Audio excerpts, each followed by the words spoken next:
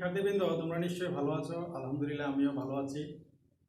এই কোভিড-19 এর প্রভাবে প্রত্যেকেই যার যার বাড়িতে থেকে তোমরা আশা করি লেখাপড়ার কাজ খুব ভালোভাবে চালিয়ে যাচ্ছ। তো আজকে তোমাদের অনলাইন ক্লাসে স্বাগত জানাচ্ছি। তো এ পর্যায়ে আজকে আমি তোমাদের উচ্চতর গণিত নবম দশম শ্রেণীর উচ্চতর গণিতের দশম অধ্যায়ে স্থানাঙ্ক জ্যামিতি নিয়ে আজকে আলোচনা করব। তো স্থানাঙ্ক জ্যামিতির আসলে গত ক্লাসে আমি স্থানাঙ্ক জ্যামিতির প্রথম যে চ্যাপ্টারটা 10.1-এর ওখানে দুটি বিন্দুর মধ্যবর্তী দূরত্ব নির্ণয়ের সূত্র আমি দেখিয়েছিলাম। আশা করি তোমরা ভালোভাবে বুঝতে পেরেছো। ওই সূত্রগুলোই আবার আজকে কিন্তু আমরা কাজে লাগাবো। তো চলো কথা আর দীর্ঘায়িত না করে আমি বোর্ডে চলে যাই। শীর্ষবিন্দু স্থানাঙ্কের সাহায্যে ত্রিভুজের ক্ষেত্রফল নির্ণয়।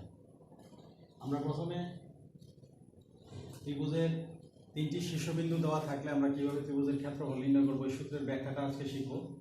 লক্ষ্য করো, এখানে বোর্ডে আমি একটি চিত্র অঙ্কন করেছি। এক্স অক্ষ ওয়াই অক্ষ ও বিন্দুতে ছেদ করে, এবং এই এক্স ওয়াই সমতলে আমি একটা ত্রিভুজের তিনটি শীর্ষবিন্দু অঙ্কন করেছি। এ বিন্দু, বি বিন্দু, সি বিন্দু। এটা হচ্ছে ঘড়ির কাঁটার বিপরীত দিকে। তো এ বিন্দু হচ্ছে x1 y1, বি বিন্দু হচ্ছে x2 y2, সি বিন্দু হচ্ছে x3 y3। এখন আমরা এ বিন্দু থেকে x অক্ষের উপর এ এফ লম্ব অঙ্কন করি, বি বিন্দু থেকে x অক্ষের উপর বিই লম্ব অঙ্কন করি, সি বিন্দু থেকে x অক্ষের উপর সিডি লম্ব অঙ্কন করি। লক্ষ্য করো, এখানে এই বিন্দুটা, এই এফ বিন্দুটা হচ্ছে x1, এখানে ভুজ রয়েছে এবং কোটি শূন্য, এবং এটা হচ্ছে ওয়াই অক্ষে অবস্থান করার কারণে y1।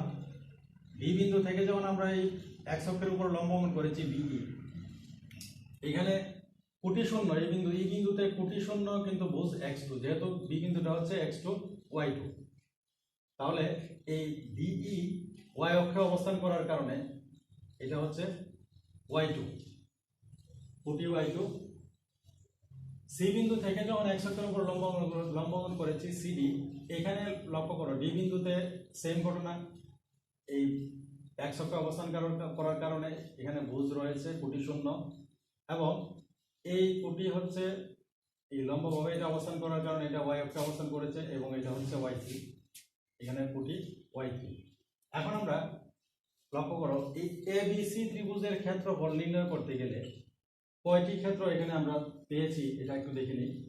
এবিসি ত্রিভুজের ক্ষেত্রফল নির্ণয় করতে গেলে আমরা পেয়েছি এখানে এ বি ই এফ একটি trapezium, B C D E একটি ট্রাপিজিয়াম, আবার এ সি ডি এফ একটি ট্রাপিজিয়াম। অর্থাৎ এখানে আমরা এই এবিসি ত্রিভুজের ক্ষেত্রফল নির্ণয় করতে গিয়ে আমরা এর মধ্যে তিনটি ট্রাপিজিয়াম পেয়েছি। এখন আমরা এবিসিডি অর্থাৎ এবিসি এর ক্ষেত্রফল নির্ণয় করতে গেলে আমি এখানে এবিসি এর ক্ষেত্রফল লিখে নিচে সমান চিহ্ন দিয়ে নিচ্ছি।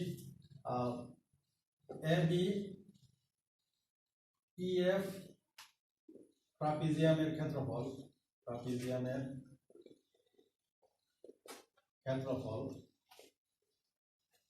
অর্থাৎ এ বি ই এফ ট্রাপিজিয়ামের ক্ষেত্রফলের সাথে যদি আমি বি সি ডি ই ট্রাপিজিয়ামের ক্ষেত্রফল যোগ করে, এই যোগফল থেকে যদি এ সি ডি এফ ট্রাপিজিয়ামের ক্ষেত্রফলটা মাইনাস করে দিই, তাহলে আমি এই এবিসি ত্রিভুজের ক্ষেত্রফলটা আমরা পেয়ে যাব।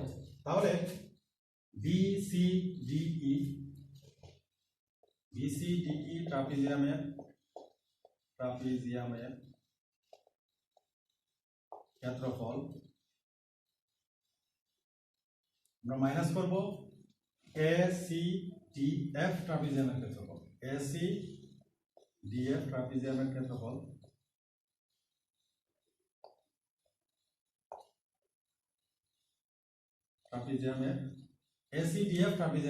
এখন লক্ষ্য করো তোমরা, এ B E F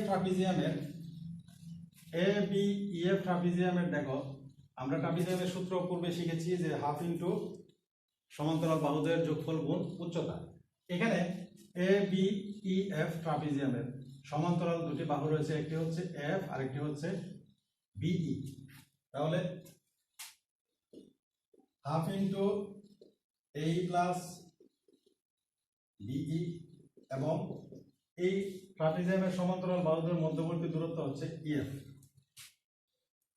EF minus plus এখন আমরা বিসিডিই ট্রাপিজিয়ামের ক্ষেত্রফল নির্ণয় করতে গেলে সমান্তরাল বাহু হচ্ছে একটা বিই আর একটা হচ্ছে সিডি, তাহলে হাফ ইন্টু সমান্তরাল বাহুদ্বয়ের সমষ্টি ইন্টু তাদের মধ্যবর্তী দূরত্ব হচ্ছে ডিই মাইনাস হাফ ইন্টু এখন আমরা এসিডিএফ ট্রাপিজিয়ামের সমান্তরাল বাহুদ্বয় চিহ্নিত করি, একটা হচ্ছে এফ আর একটা হচ্ছে সিডি, তাহলে এফ প্লাস সিডি ইন্টু এবং তাদের মধ্যবর্তী দূরত্ব রয়েছে ডিএফ লিখলাম। এখন এই হচ্ছে দেখো এফ হচ্ছে এফ হাফ এফ হচ্ছে y1 আর বি হচ্ছে y2 কিন্তু আমরা যখন দুটি বিন্দুর দূরত্ব অর্থাৎ এই বিন্দু থেকে এফ বিন্দুর দূরত্বটা বের করবো, দেখো এই বিন্দু থেকে এফ বিন্দুর দূরত্ব যখন আমরা বের করবো, আমরা পূর্বের অধ্যায়ে শিখেছি যে দূরত্বের সূত্র হচ্ছে √, দুটি বিন্দুর ভুজদ্বয়ের অর্থাৎ এই দুটি বিন্দুর মধ্যবর্তী দূরত্বের সূত্রটা হচ্ছে √, ভুজদ্বয়ের অন্তরের বর্গ প্লাস কুটিদ্বয়ের অন্তরের বর্গ। তাহলে এটা থেকে আমরা পাই, এখান থেকে আমরা পাবো x1 - x2 whole square equal to উভয়পক্ষের বর্গমূল করলে x1 - x2, অর্থাৎ EF এর দূরত্বটা আমরা পেয়ে গেছি x1 - x2 প্লাস পরবর্তী যে ত্রিভুজ ট্রাপিজিয়ামটি রয়েছে BCDE ট্রাপিজিয়াম, এই BCDE ট্রাপিজিয়ামের বি হচ্ছে কোটি y2 আর সিডি হচ্ছে কোটি y3 আর ডি বিন্দু থেকে এই বিন্দুর দূরত্ব নির্ণয় করতে গেলে সেম পদ্ধতিতে আমরা EF এর দূরত্বটা যেভাবে বের করেছি এভাবে বের করব, x2 - x3 মাইনাস তৃতীয় যে ট্রাপিজিয়াম রয়েছে ACDF।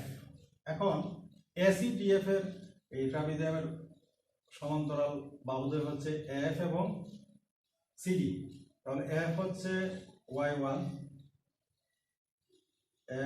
y1 প্লাস CD হচ্ছে y3 আর DF এর দূরত্ব যদি আমরা বের করি দূরত্বের সূত্র অনুযায়ী যদি আমরা করি তাহলে এটা হবে x1 - x3। তাহলে এই তিনটি রাশি থেকে আমি দেখো তিনটি রাশিতেই কিন্তু সহগ হিসাবে হাফ রয়েছে, আমরা হাফ কমন নিয়ে নিই, হাফ কমন নিলে আমরা কি পাবো y1 + y2 into x1 - x2 plus y2 + y3 into x2 - x3 minus y1 + y3 into x1 - x3 বর্গ একক। এখন এই দুটি রাশি গুণ করি, x1 y1 plus x1 y2 minus x2 y1 minus x2 y2। আবার এই দুটি রাশি গুণ করি, প্রথমে x2 দ্বারা এই রাশিটাকে গুণ করি, x2 y2 plus x2 y3 minus এই মাইনাস x3 দ্বারা y2 কে গুণ করলে মাইনাস x3 ইন্টু y2, আবার মাইনাস x3 দ্বারা y3 কে গুণ করলে মাইনাস x3 y3। এই দুটি রাশির গুণফল আমরা করে ফেললাম। এখন আবার এই দুটি রাশির গুণ করব, minus x1 y1 minus x1 y3, আবার মাইনাস x3 দ্বারা যখন গুণ করবো তখন এই মাইনাসের কারণে আবার প্লাস হয়ে যাবে, minus plus x3 y1 minus plus x3 y3 এত বলবো এখন। তাহলে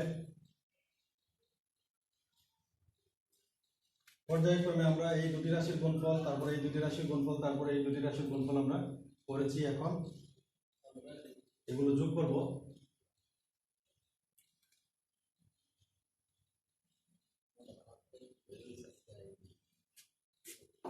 দেখো এখানে x1 y1 তারপরে x2 y2 এক জাতীয় রাশি কাটাকাটি যাওয়ার সম্ভাবনা আছে। x1 y1 কাটাকাটি যায়, তারপরে x3 y3 কাটাকাটি যাবে, x2 y2 minus x2 y2 plus x2 y2 কাটাকাটি যাবে। কাটাকাটি যাওয়ার পরে হাফ অফ, এখান থেকে পজিটিভ যে রাশিগুলো আছে যেমন এটা, এই রাশিটা, তারপরে এই রাশিটা এবং এই রাশিটা, এই তিনটি রাশি একসাথে রাখি আমি ব্র্যাকেটের ভিতরে x1 y2 plus x2 y3 plus x3 y1 first ব্র্যাকেটে রাখলাম, মাইনাস নেগেটিভ যে রাশিগুলো রয়েছে যেমন x2 y1 তারপরে x3 y2 তারপরে রয়েছে x1 y3, এগুলো ফার্স্ট ব্র্যাকেটের মধ্যে নিয়ে রাখি। x1 y2 plus x3 y2 x2 y1, এটা হচ্ছে x2 y1 তারপরে x3 y2 plus x1 y3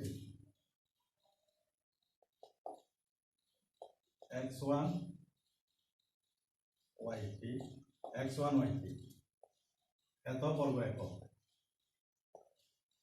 শিক্ষার্থী বন্ধুরা, আমরা এটাকে যখন এই ঘড়ির কাঁটার বিপরীত দিকে আমরা সাজিয়ে নিই তাহলে কিভাবে পাবো দেখো, x1 x2 x3 আবার x1 আসবে, তারপর y1 y2 y3 আবার y1 আসবে ঘড়ির কাঁটার বিপরীত দিকে, এত বর্গ একক। এইভাবেই আমরা শীর্ষবিন্দুর স্থানাঙ্কের সাহায্যে ত্রিভুজের ক্ষেত্রফল এইভাবে নির্ণয় করব এবং এই ক্ষেত্রফলের সূত্রের মাধ্যমে আমরা এই 10.2 এর যাবতীয় গাণিতিক সমস্যাগুলো আমরা সমাধান করতে পারবো। তারপরে এই সূত্রের একটা ব্যবহার আমি দেখাচ্ছি যাতে তোমরা এই সূত্রের প্রয়োগটা যদি তোমরা করতে পারো তাহলে এই জাতীয় সবগুলো সমস্যার সমাধান তোমরা করতে পারবা। দ্বিতীয় যে প্রশ্নটি রয়েছে দেখো, একটা শীর্ষবিন্দু, একটা ত্রিভুজের তিনটি শীর্ষবিন্দু রয়েছে, বিন্দু বি বিন্দু সি বিন্দু, তাহলে ত্রিভুজ এবিসি এর ক্ষেত্রফল নির্ণয় করো, ত্রিভুজ এবিসি এর ক্ষেত্রফল নির্ণয় করো। এই সূত্রের সাহায্যে আমরা ত্রিভুজ এবিসি এর ক্ষেত্রফলটা বের করব।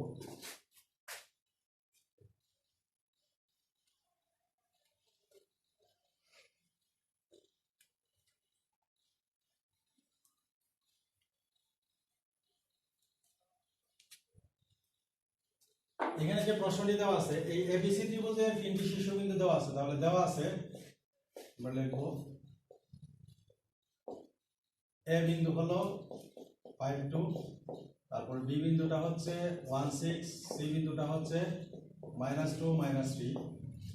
তাহলে ত্রিভুজ এবিসি এর ক্ষেত্রফল equal to half of modulus of, এখানে ভুজগুলো একই সারিতে আমরা সাজিয়ে নিই, 5 1 -2 আবার ঘড়ির কাঁটার বিপরীত দিকে 5 আসবে, 2 6 -3 আবার 2। এখন লক্ষ্য করো আমরা উপর থেকে এই গুণের যে প্রক্রিয়াটা আমরা এভাবে করব, তাহলে 5 6 30, আর এখানে -3 আর +1 গুণ করলে -3 -4 মাইনাস, দেখো 2 1 গুণ করলে 2 আর 6 2 গুণে 12 মাইনাস 3 5 গুণ করলে -15, এত বর্গ একক। হাফ অফ 20, এখানে 7 থেকে 30 থেকে 7 মাইনাস করলে 23 মাইনাস 15 আর 12 27, -27 থেকে 2 মাইনাস করলে -25, তাহলে হাফ অফ 23 প্লাস 25, এখানে আমরা পেয়ে 23 আর 25 যোগ করলে আমরা পাই 48। আর আমরা জানি যে ঋণাত্মক এবং ধনাত্মক সংখ্যার পরম মান সর্বদা ধনাত্মক হয়, ক্ষেত্রফল কখনোই ঋণাত্মক হবে না। আর যখন মডুলাসের ভিতরে থাকবে তখন অবশ্যই আমরা এই সংখ্যাটা যদি ঋণাত্মক হয় তাহলে এটাকে আমরা এই মডুলাসের সূত্র অনুসারে আমরা এটাকে ধনাত্মক লিখে মানটি বের করবো। যেমন এখানে হাফ ইন্টু 48, তাহলে 24 2 গুণে 48 এত বর্গ একক। এইভাবে ত্রিভুজের শীর্ষবিন্দু দেওয়া থাকলে শীর্ষবিন্দুর স্থানাঙ্কের সাহায্যে আমরা ত্রিভুজের ক্ষেত্রফল বের করতে পারবো। আশা করি তোমরা এই আজকের যে দুটি ত্রিভুজের শীর্ষবিন্দুর সূত্রের ব্যাখ্যাটা আমরা দেখালাম, তারপরে এই শীর্ষবিন্দুর সূত্রের সাহায্যে আমরা কিভাবে একটি ত্রিভুজের ক্ষেত্রফল নির্ণয় করব এটাও আমি দেখিয়েছি। তাহলে আশা করি তোমরা আজকের আলোচনাতে যথেষ্ট তোমরা উপকৃত হবে আমার বিশ্বাস।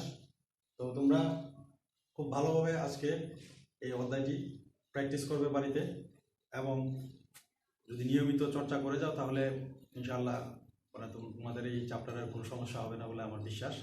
তো আজকে মতো অনলাইন ক্লাস থেকে আমি বিদায় নিচ্ছি। ধন্যবাদ সবাইকে।